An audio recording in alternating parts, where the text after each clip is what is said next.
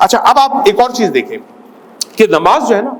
جو جماعت ہے یہ اجتماعیت کی طرف مجھے اور آپ کو بلاتی ہے. اور ہم جب نماز پہ بات کرتے ہیں اور نماز میں جہاں بھی جماعت کی بات ہوتی ہے تو وہاں اس طرف اشارہ کیا جاتا ہے کہ یہ امت مسلمہ میں ایک اجتماعیت کو پیدا کرتی ہے کہ میں اور آپ جو یہاں پر مسجد میں موجود ہیں، ہماری قومیں الگ ہیں،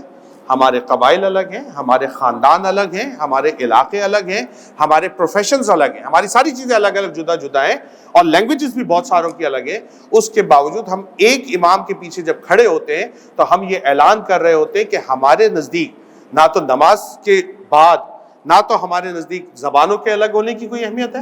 نہ خاندانوں کے الگ ہونے کی کوئی اہمیت ہے، نہ ہمارے جو ریس ہے یعنی کلر ہے اس کے الگ ہونے کی کوئی اہمیت ہے، نہ پروفیشنز کے الگ ہونے کی اہمیت ہے. ہمارے نزدیک اہمیت ہے اس بات کی کہ ہم سب مسلمان ہیں، ہمارا کوئی ایک امام ہے جس کے پیچھے ہم تمام اجتماعی طور پہ نماز کو ادا کر رہے ہیں. تو جماعت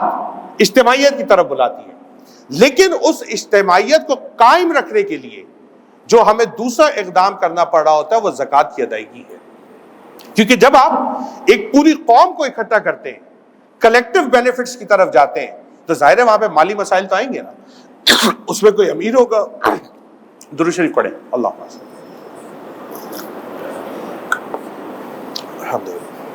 اس میں کوئی امیر ہوگا، کوئی غریب بھی ہوگا،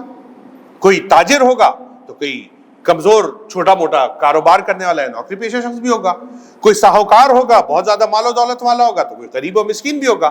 تو اس کی اجتماعیت کو باندھ کے رکھنے کے لیے جو دوسری امپورٹنٹ چیز جماعت کے بعد ہے وہ زکوٰۃ کی ادائیگی ہے. اور اس کا فائدہ یہی ہوتا ہے، اسی لیے جو احکامات شریعت ہیں اس کے اندر جب ہم زکوٰۃ کی تقسیم کی بات کرتے ہیں تو اس کی جو ابتدا ہے وہ کہاں سے کرنی ہوتی ہے؟ سب سے پہلے اپنے گھر سے،